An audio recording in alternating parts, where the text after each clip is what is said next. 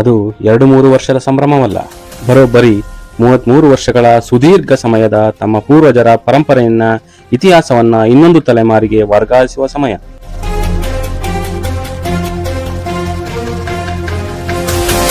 ಜಗತ್ತಿನ ಯಾವ ಮೂಲೆಯಲ್ಲಿದ್ದರೂ, ಯಾವ ಹುದ್ದೆಯಲ್ಲಿದ್ದರೂ, ಯಾವ ಹಂತದಲ್ಲಿದ್ದರೂ ಆ ಸಂಭ್ರಮವನ್ನ ಕಣ್ತುಂಬಿಕೊಳ್ಳಲು ಆ ದಿನಕ್ಕಾಗಿ ಅವರೆಲ್ಲರೂ ಆತೊರೆಯುವ ತಾಳಿಕಟ್ಟೆಯ ಬೀರಲಿಂಗೇಶ್ವರನ ತೋಪಿನ ಜಾತ್ರಾ ಮಹೋತ್ಸವ.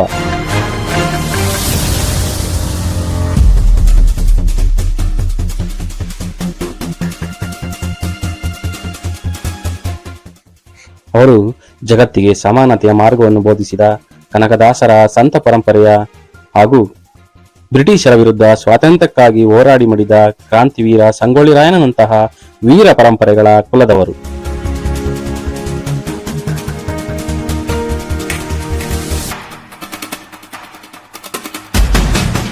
ಅದು ವಿಜಾಪುರದ ಸರೂರ್ ಎಂಬ ಪುಟ್ಟ ಗ್ರಾಮ. 7 ಜನ ಕುರುಬ ಸಹೋದರರಿಗಿದ್ದ ಒಬ್ಬಳೆ ತಂಗಿ ಕೆಂಚಲಾಂಬಿಕೆ. ನೀಲಕೇಶಿಯು ಅಪ್ರತಿಮ ಸುಂದರಿಯು, ಸಹಸ್ರ ಮಂದಿಯಲ್ಲಿಯೂ ಎದ್ದು ಕಾಣುವ ಚೆಲುವು ಅವಳದ್ದು.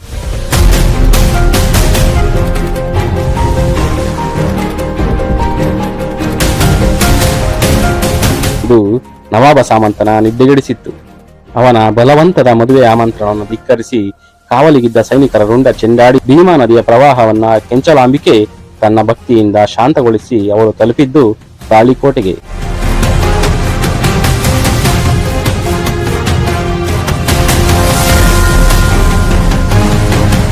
ಕಾಲಾನಂತರದಲ್ಲಿ ಇವರ ಕುಲದವರು ವಿಜಯನಗರ ಸಾಮ್ರಾಜ್ಯದ ಭಾಗವಾಗಿ ಮುಂದುವರೆದರು. ವಿಜಯನಗರ ಅರಸರ ಆಳ್ವಿಕೆಯ ಕಾಲದಲ್ಲಿ ಕೆಲವು ರಾಜಕೀಯ ವಿಪ್ಲವಗಳಿಂದ ಬೇಸತ್ತು ಸ್ವಾಭಿಮಾನದಿಂದ ಅವರು ನಡೆದದ್ದು ದಕ್ಷಿಣದ ಕಡೆಗೆ.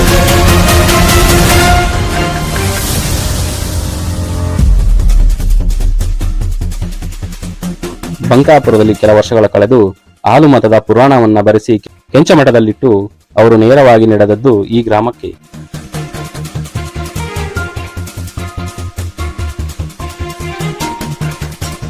ಬದರು ಅರಣ್ಯ ಆಗಿರುವಾಗ ಹಟ್ಟಿಯ ಹಾಕಿದರು, ಮಾಳೆಯ ಮದಿಗೊಂಡ ಗೌಡರು ತರಗಗುಡಿಸಿ ಕಟ್ಟಿದರು ತಾಳಿಕೋಟೆ ಎಂಬ ಹೆಸರಕಾರದರು. ಬೀರಾಲಿಂಗ ನೆಲೆಸಿದನು. ಇದು ಈ ಗ್ರಾಮದಲ್ಲೇ ದೊರೆತ 1515ರ ಶಾಸನದಲ್ಲಿ ತಾಳಿಕಟ್ಟೆ ಗ್ರಾಮದ ಇತಿಹಾಸವನ್ನ ಕಂಡರಿಸಲಾಗಿದ್ದು, ಇದರ ಮುಂದುವರೆದ ಭಾಗವಾಗಿ ಇದು ಪೂರ್ವಕಾಲದ ಮಾತಾಯಿತು. ಶ್ರೀ ಗಡದ ದೇವರಾಯ, ಭೋಜರಾಯ, ಮಲ್ಲರಾಯ, ದೊಡ್ಡರಾಯ, ಬುಕರಾಯ, ಜೋಗರಾಯ, ಮಿತಾ ಕುರುಬರಾಯರು ಆಳಿದರು. ರಾಮರಾಜ, ವೆಂಕಟರಾಯರು, ತಾಳವರ ತಿರುಮಲರಾಜ, ದಳವಾಯಿ ಜಗಮಯ್ಯ ವಿಜಯನಗರವನ್ನಾಳಿದರು ಎಂಬುದು ಈ ಶಾಸನದ ಒಕ್ಕಣೆ. ಈ ಶಾಸನದ ಸಮಗ್ರ ಅಧ್ಯಯನದಿಂದ ಇದು ಅಕ್ಕಬುಕ್ಕರ ಕುಲದ ತರ್ಕಕ್ಕೆ ಇದು ಉತ್ತರವಾಗಬಲ್ಲದಾಗಿದೆ.